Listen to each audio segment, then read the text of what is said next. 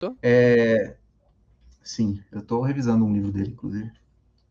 Tem um dele, deixa eu ver se por aqui eu consigo encontrar. Amigo, essa live vai ficar com muito mais de 1 hora se você for Ficar olhar enrolando, né? do amigo. Pera Tem um aí. livro dele por aqui, não sei onde é que tá. Bom, Hum, com todas essas ressalvas que a gente fez, principalmente a partir da acusação de que o Aristóteles ele só aceitaria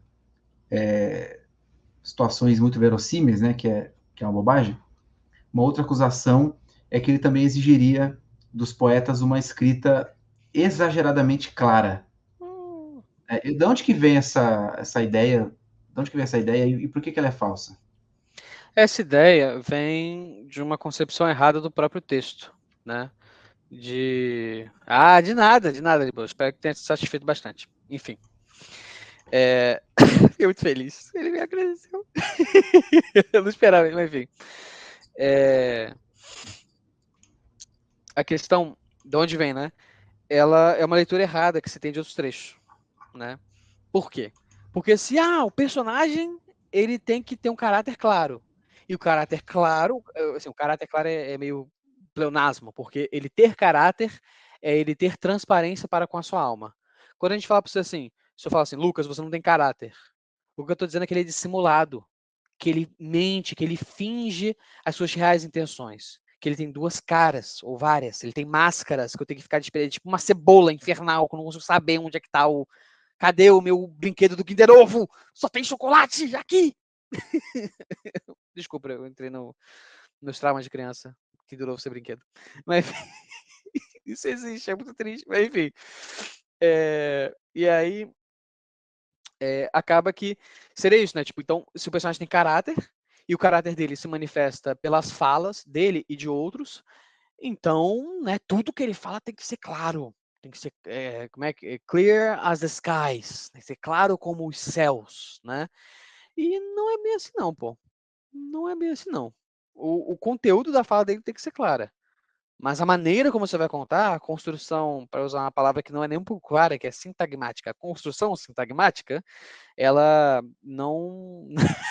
O Lucas pegou puto. Enfim, ela não precisa ser, assim, tipo, claríssima, não precisa ser o mais. Como pode dizer? Ela não precisa ser o mais óbvia possível. Enfim, vamos para a citação. Né, para tudo que tem uma citação, para cada pergunta que tem uma citação. Capítulo 19. Do que diz respeito à elocução, a maneira de falar, um aspecto a considerar são as variantes da entoação. Mas conhecê-las é próprio do ator e de quem é especialista neste assunto, como, por exemplo, o que é uma ordem, uma súplica, uma narração, uma ameaça, uma pergunta, uma resposta e outras coisas semelhantes. O conhecimento ou desconhecimento dessas coisas não é motivo para que se faça uma séria censura à arte do poeta. De fato, quem consideraria erro o que Protágoras censura a Homero, a saber que, pensando fazer uma prece, o Homero achando fazer uma prece, segundo o Protágoras. Então, o Protágoras está dizendo que o Homero acreditando fazer uma prece, agora citando o Protágoras, o Aristóteles citando o Protágoras, né? Não, o Aristóteles canta, ó Deus, a cólera, que é o início da Odisseia não, da Ilíada, né? Que é canta, ó Deus, a cólera de Aquiles, filho de Peleu, blá blá blá, enfim, né? É, enfim, que cadê? Me perdi, desculpa. A saber que, pensando fazer uma prece, dá uma ordem ao dizer, canta, ó Deus, a cólera. É que mandar fazer ou não alguma coisa, diz ele, é uma ordem. Ou seja, eu vou resumir aqui um pouquinho aqui, porque pode ter ficado um pouco confuso.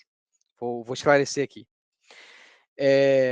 Sobre a questão de você escrever de uma maneira que fique muito claro que você está fazendo uma pergunta, ou que está dando uma ordem, ou que está fazendo uma prece, ou algo assim, isso tem a ver com, como pode dizer, isso é papel do ator conseguir interpretar e conseguir entender isso. Então, o Homero, de fato, na primeira linha da Ilíada, ele fala, canta, ó deusa, a cólera de Aquiles, filho de Peleu, aquele que lutou com a Atrida e matou, enfim. Ele tá falando isso como de maneira impositiva, como, esqueci o nome desse tipo de fala, imperativo, né? Ele está falando como no imperativo. Então acaba que, oi Nick, como é que é a joinha aqui? Acaba que você pensa, pô, mas se é um imperativo, ele não está pedindo, né?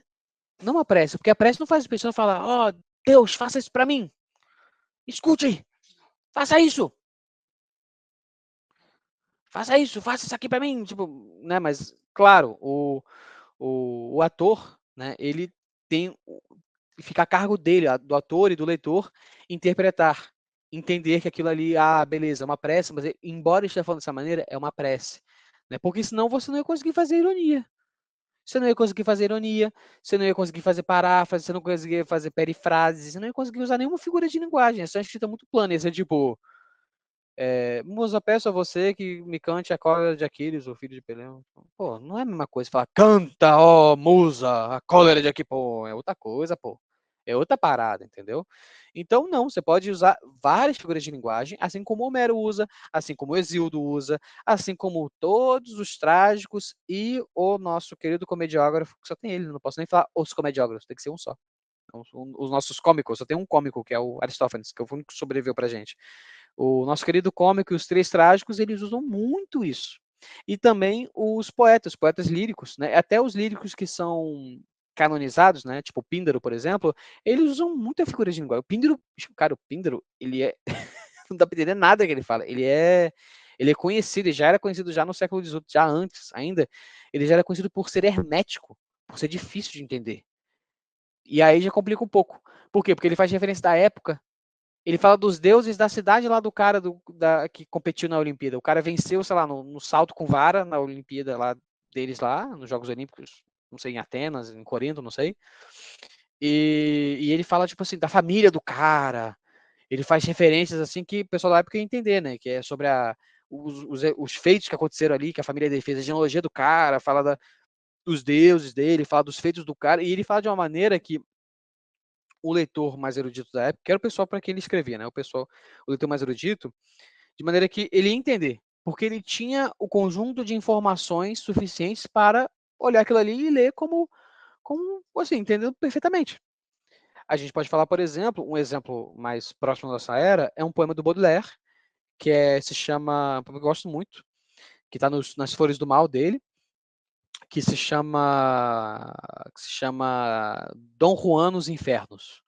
A primeira vez que eu li aquele poema, eu não entendi nada. Falei, bonito, mas não entendi nada. Só que aí eu vi uma peça do Molière chamada Dom Juan. Em francês eles pronunciam Dom Juan, né? Eu vi a peça do Molière chamada Dom Juan e eu falei, caraca, peraí. Esse nome aqui desse personagem, Sganarelle, eu falei, cara, eu já vi em algum lugar. Fui reler nas Flores do Mal o poema do Baudelaire, que é outro autor, né, outra época, 2 séculos depois do Molière. O Molière é século XVII, o Baudelaire é século XIX. Fui ler e li ali o Dom João dos Infernos. O poema é assim, se você viu a peça do Molière, aquele poema para você, ele é a coisa mais fácil de entender. Não tem como não entender. Impossível não entender Dom Juan nos Infernos do Baudelaire se você tiver assistido a peça do Molière. E a peça do Molière é uma comédia, é muito tranquilo. É até em prosa, não é nem rimando, como normalmente era o teatro clássico francês. É tranquilaço. Então você vê a peça, ri, é engraçado, tem umas questões filosóficas que são postas ali muito interessantes, muito, muito. Eu adorei o personagem do Dom Juan ali, assim, não o que ele faz, mas enfim, o que ele é, né, é muito interessante, a peça toda no geral é interessante, e o poema que o Baudelaire fez é perfeitamente inteligível. Agora, pensa num futuro distante, daqui 400 anos, pensa que perdemos, de alguma maneira, perdemos todas as cópias da peça Dom João do Molière. E os comentários que tem em cima não são suficientes. Digamos que isso milagrosamente aconteceu. Temos esse poema do Baudelaire. Ninguém nunca vai entender, te garanto. O nego vai olhar e falar: caraca, quem que é esse tal de Dom João? Não sei o que, o que é isso? Opa, você não vai ter. Isso aí é muito obscuro. Claro, você não tem as informações suficientes. Se você não tem as informações suficientes, é claro que você não vai saber, né, amigo?